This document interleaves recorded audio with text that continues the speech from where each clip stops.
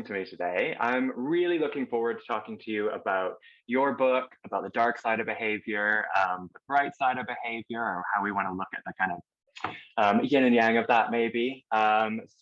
Just do you want to give a little introduction about yourself first, your background with the APA, with the work you do?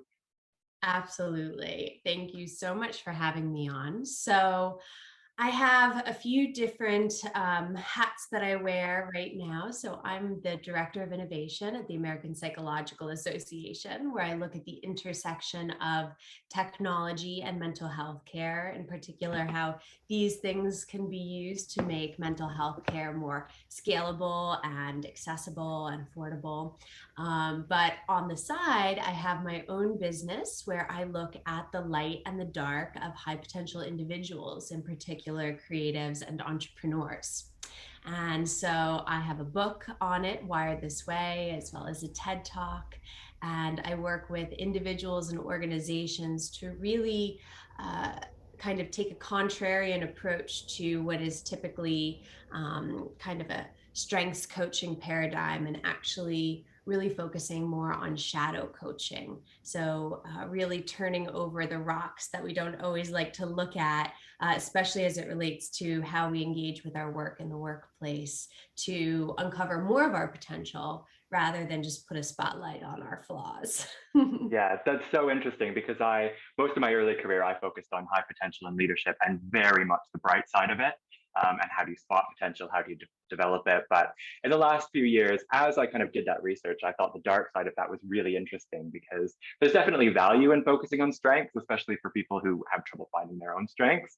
But I think, especially when you're looking at high potential and what can go wrong and the consequences of all of those behaviors that can make someone successful or make someone charming or make someone creative, it's really interesting to see what and when stuff goes wrong. What kind of value have you found in doing that? Do you find people are receptive to looking at the dark side, or how easy is it to talk about that? So it really depends on the receptivity of the person and individuals with low levels of experiential avoidance, which I'm sure is a concept you're familiar with. So individuals with low levels of experiential avoidance are going to be more likely to be willing to confront the darker aspects of their personality for the sake of growth and transformation. And these are the people who tend to individuate, who tend to actualize, who tend to experience things like transcendence because they're not only willing to look at half of themselves, but really themselves as a whole person. But the truth is, I mean, especially today, it's kind of funny. Every time you open up Netflix or Amazon best-selling books, it's rarely ever documentaries or books talking about how much somebody has succeeded. Usually when we're looking at these high potential individuals and why they're being spotlighted in the press, it's not because of their strengths, it's because of their dark side gone awry, gone off the deep end in a sense. And so, if and I find it so interesting in that way that we don't put more of an emphasis on the dark side when that is the thing that at the end of the day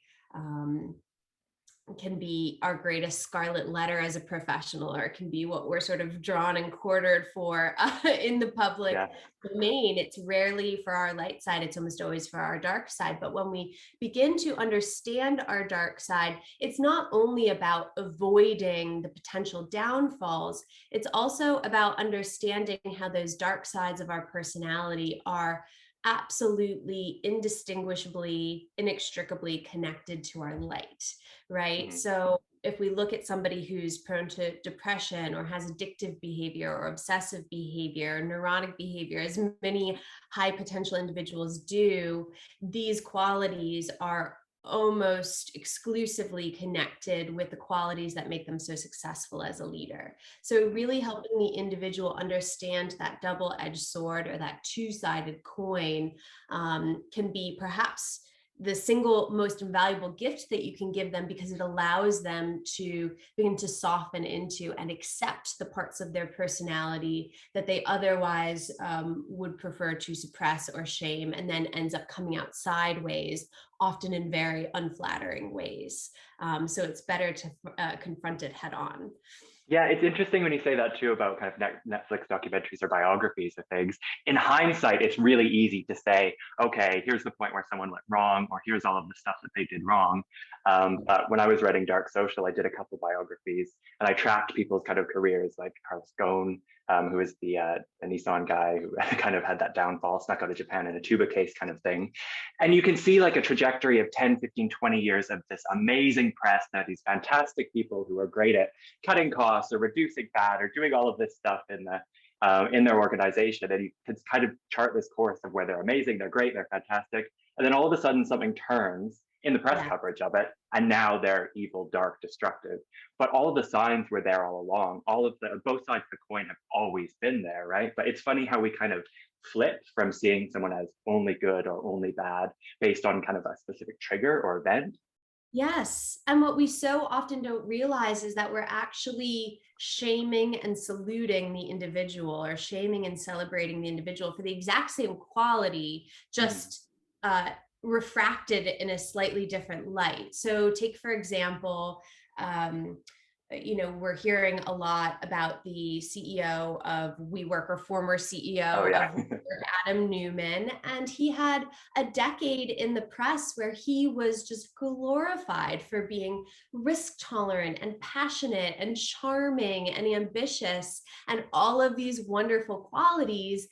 And then it's those same qualities that, now he's accused of being sort of a fake guru or Jesus figure. He's accused of being delusionally optimistic. He's accused of being rash and impulsive.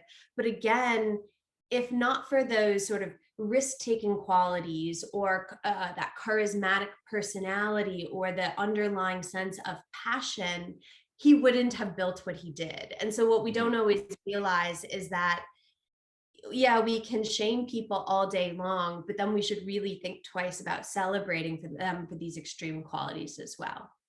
Yeah, exactly. And I think the other thing to think about is in organizations or in teams, or looking at what kind of guardrails you have, because all of those qualities can be great in a certain environment or when it's contained or when there's oversight.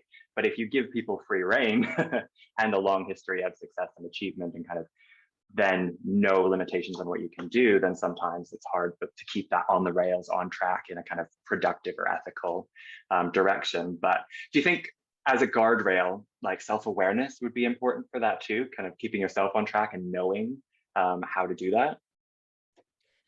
Oh, I mean, I think self-awareness, or at least the willingness to really cultivate self-awareness, is a precondition for all of this work, which is why you're really going to struggle to do shadow work with a narcissist.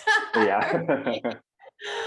Because it's just going to be it's going to be difficult to confront these very sort of unpopular, uncomfortable aspects of the personality. But it's such a truism in really the field of psychology or self-help or well-being, that we can't change anything until we are willing to, number one, understand it, and number two, accept it. We can't change what we don't accept. And so doing this work and making our shadow or our dark side seem actually not so bad allows us to accept it so that we can change it. So it's really not just about saying what you're doing wrong. It's about understanding how that's just part of your wiring and how it can be harnessed. So in that sense, self-acceptance is, or self-awareness is a precondition for this work entirely.